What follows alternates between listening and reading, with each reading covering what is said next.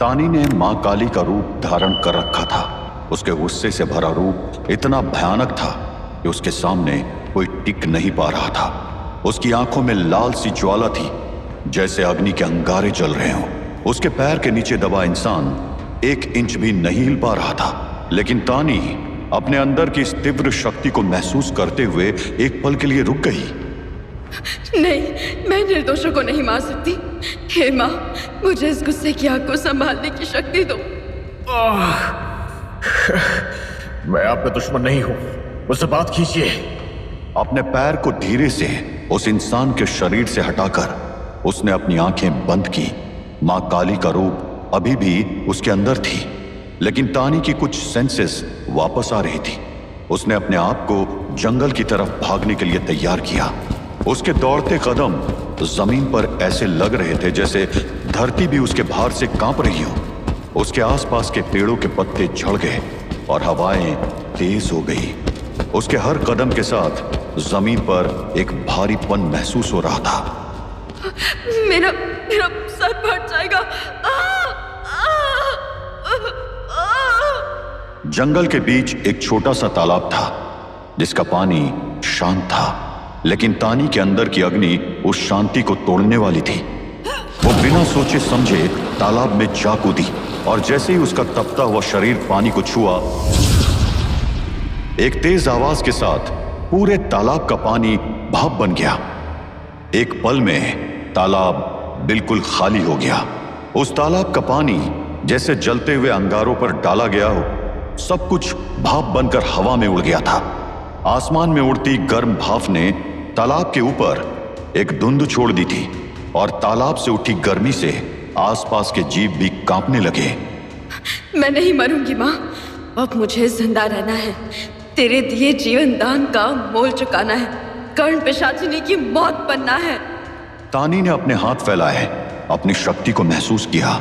उसके अंदर की मां काली अभी भी विराजमान थी, लेकिन उसने अपने आप को रोकने की कोशिश की। धीरे धीरे उसका रूप बदलने लगा। उसके अंगारे जैसे तपते हुए हाथ ठंडे होने लगे और उसकी आंखों में जलती हुई ज्वाला धीरे धीरे बुझ गई। मां काली का प्रभाव उसके शरीर से उतर रहा था, जैसे एक घने बादल से सूरज दोबारा निकलता हो। अर्जुन को क्यों नहीं समझ पाई? मेरी लापरवाही की वजह से डॉक्टर नभेंदु की जान गंवानी पड़ी। अब उसके शरीर पर जो गहरे जख्म थे, जो घाव कर्ण पिशाचनी, चांडाल और विक्रम ने दिए थे, सब एक एक करके मिटने लगे। उसके हाथ और पैर फिर बिल्कुल सही लगने लगे और जो कमजोरी उसने महसूस की थी वो भी गायब हो गई। तानी ने आसपास देखा, तालाब अब खाली था और हवा में अभी भी हल्की गर्म भाप थी। तालाब के आसपास एक अजीब सी शांति थी, जैसे सब कुछ एक पल के लिए थम गया हो। रात का अंधेरा घना हो चुका था और जंगल में एक अजीब सा सन्नाटा था। तानी, जो अपने दुख के समुंदर में डूबती जा रही थी, जोर जोर से रोने लगी। अर्जुन का धोखा, जो अभी तक एक जहरीली याद की तरह उसके दिल में चुभ रहा था, उसे अंदर ही अंदर तोड़ रहा था।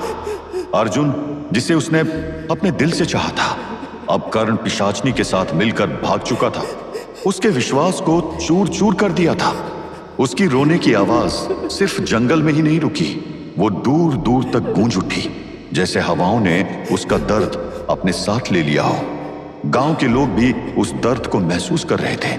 तानी के आंसू उसके गालों पर धारा की तरह बहते जा रहे थे और उसकी सांसें थक गई थी, लेकिन उसका दर्द कम होने का नाम नहीं ले रहा था।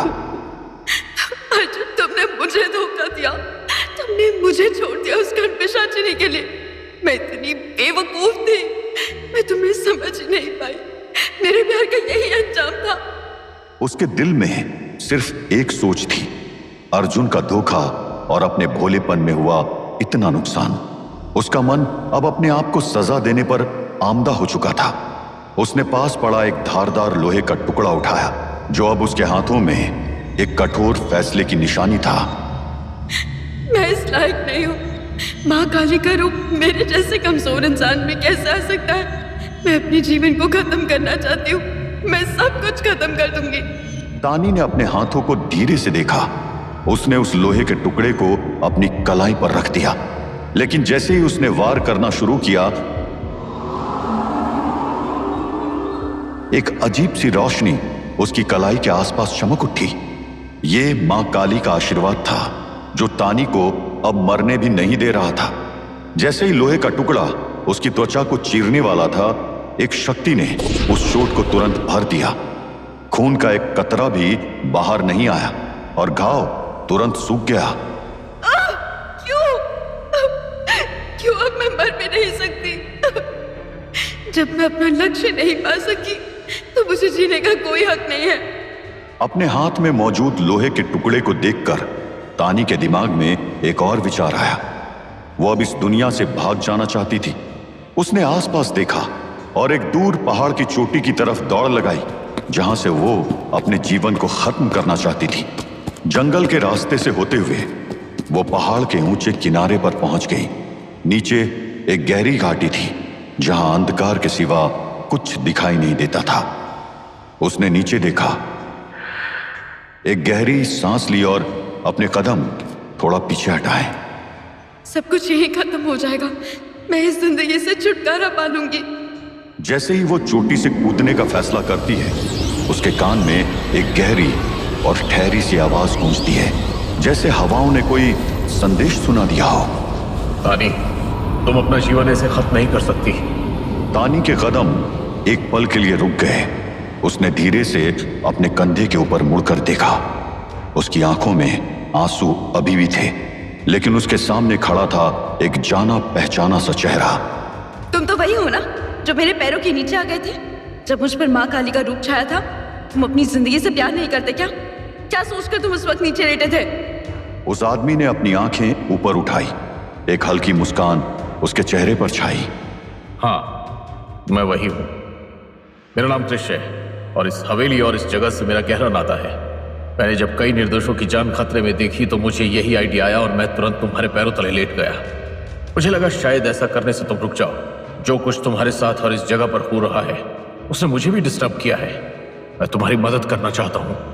कृष के शब्द ठंडे लेकिन मजबूत थे, लेकिन तानी जो अब तक दर्द और धोखे से जूझ रही थी, उसके मन में अब किसी पर भरोसा नहीं था।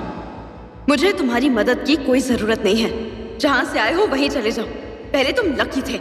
अपनी किस्मत बार बार मत आजमाओ, मैं तुम्हें मार दूंगी। कृष ने तानी के दर्द को महसूस किया, लेकिन उसने अपना रास्ता नहीं छोड़ा। उसकी आंखों में एक अजीब सा दर्द था, जैसे वो खुद भी अपने बीते हुए कल से गुजरा हो। जो मारते हैं वो बताते नहीं, और जब तुम्हारे काली रूप ने मुझे नहीं मारा तो तुम कैसे मारोगी? ये बहस करने का समय नहीं है। मुझे अब इस जीवन से कुछ नहीं चाहिए। एक सब कुछ हारी हुई लड़की के होने या ना होने से कोई फर्क नहीं पड़ता। ठीक है, अगर तुम ऐसे अपना जीवन खत्म करोगी तो मैं भी इस पहाड़ी से कूदकर अपनी जान दे दूंगा, और मेरा पालतू कुत्ता भी। फिर 2 निर्दोष जीवन की जिम्मेदारी तुम पर आ जाएगी। क्या तुम ये चाहोगी तानी? खुद को एक मौका दो। माँ काली हर किसी के शरीर में नहीं आती। तुम खास हो, खुद को पहचानो। तानी एक पल के लिए चुप हो गई। कृष के शब्दों ने उसके मन में एक छुपी हुई जिम्मेदारी का एहसास जगाया। उसने ऊपर देखा, जहां कृष अपनी जगह से हिला भी नहीं था। तुम्हें समझ नहीं आता, मेरे पास कोई रास्ता नहीं बचा। रास्ता